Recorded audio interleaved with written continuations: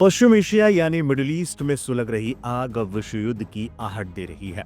Iran के सरकारी TV ने अमेरिका के राष्ट्रपति डोनाल्ड ट्रंप को खुलेआम जान से मारने की धमकी दे दी है। एक टीवी प्रसारण में ट्रंप की खून से लथपथ तस्वीर दिखाकर कहा गया, इस बार गोली निशाने से नहीं चुकेगी। आखिर ईरान इतना बौखलाया हुआ क्यों है? क्यों अमेरिका अपने सबसे बड़े एयरबेस से सेना हटा रहा है? और ईरान के भीतर चल रहे गृह युद्ध जैसे हालात का इस धमकी से क्या कनेक्शन है? ये तस्वीरें जुलाई 2024 की है, जब पेंसिल्वेनिया के बटलर रैली में डोनाल्ड ट्रंप पर जानलेवा हमला हुआ था। उस वक्त गोली उनके कान को छू कर निकल गई थी। लेकिन अब ईरान के सरकारी टेलीविजन ने उसी घटना की तस्वीरों का इस्तेमाल करते हुए एक खौफनाक संदेश जारी किया। टीवी स्क्रीन पर लिखा गया, इस बार गोली निशाने से नहीं चुकेगी। हालांकि ईरानी सरकार की तरफ से अभी भी कोई आधिकारिक बयान नहीं आया है, लेकिन सरकारी चैनल पर ऐसा प्रसारण होना ये साफ करता है कि तेहरान के तेवर कितने आक्रामक है। ये धमकी ऐसे वक्त में आई है जब चर्चा थी कि ट्रंप ईरान पर सैन्य हमले कर सकते हैं, जिसे बाद में उन्होंने खारिज कर दिया है। दरअसल ईरान इस वक्त अपने इतिहास के सबसे बुरे दौर से गुजर रहा है। देश के भीतर जनता अपनी ही सरकार के खिलाफ सड़कों पर है। मानवाधिकार संगठनों के मुताबिक अब तक 2600 से ज्यादा प्रदर्शनकारी मारे जा चुके हैं और 18,000 से ज्यादा जेल में है। ईरानी मुद्रा रियाल रसातल में पहुंच चुकी है। इस बीच डोनाल्ड ट्रंप ने एक इंटरव्यू में ईरान को दो टूक चेतावनी दे दी है। उन्होंने कहा है कि अगर ईरान ने प्रदर्शनकारियों को फांसी देना जारी रखा तो अमेरिका बहुत सख्त कार्रवाई करेगा। जब आप हजारों लोगों को मारते हैं तो अंजाम भुगतने के लिए तैयार रहें। ईरान ने इसे अपने आंतरिक मामलों में दखल बताया है। जुबानी जंग अब मैदानी जंग की ओर बढ़ती दिख रही है। खबरें हैं कि अमेरिका ने कतर स्थित अपने सबसे बड़े सैन्य ठिकाने अल उदैद एयरबेस से अपने सैनिकों और साजो सामान को शिफ्ट करना शुरू कर दिया है। ये वही बेस है जिस पर जून 2025 में ईरान ने मिसाइल हमला किया था। जानकारों का मानना है कि अमेरिका अपने सैनिकों को सुरक्षित स्थानों पर इसलिए भेज रहा है ताकि ईरान की जवाबी कार्रवाई से बचा जा सके। उधर ईरान ने भी साफ कर दिया है कि अगर अमेरिका ने हमला किया तो इस बार जवाब पहले से कहीं ज्यादा खतरनाक होगा। 2600 से अधिक प्रदर्शनकारियों की मौत। ईरान इस समय अपने सबसे बुरे दौर से गुजर रहा है। दिसंबर 2025 से शुरू हुए प्रदर्शनों ने अब तक पूरे देश को अपनी चपेट में ले लिया है। ईरानी मुद्रा रियाल अपने रिकॉर्ड निचले स्तर पर है। मानवाधिकार संगठनों के अनुसार अब तक 2600 से अधिक लोग मारे जा चुके हैं, जबकि 18,400 लोगों को हिरासत में लिया गया है। बीते बुधवार को ईरानी सरकार ने 100 सुरक्षा कर्मियों का सामूहिक अंतिम संस्कार आयोजित किया था, जो इन झड़पों में मारे गए थे। इसमें हजारों की भीड़ ने ईरान के सर्वोच्च नेता अयातुल्ला अली खामनेई की तस्वीरें लहराते हुए पश्चिमी हस्तक्षेप के खिलाफ नारेबाजी की थी। सुरक्षा कर्मियों का सामूहिक अंतिम संस्कार और जनता का पश्चिमी देशों के खिलाफ गुस्सा ये बताता है कि स्थिति कभी भी बेकाबू हो सकती है। एक तरफ ट्रंप की चेतावनी है तो दूसरी तरफ ईरान की गोली न चूकने वाली धमकी।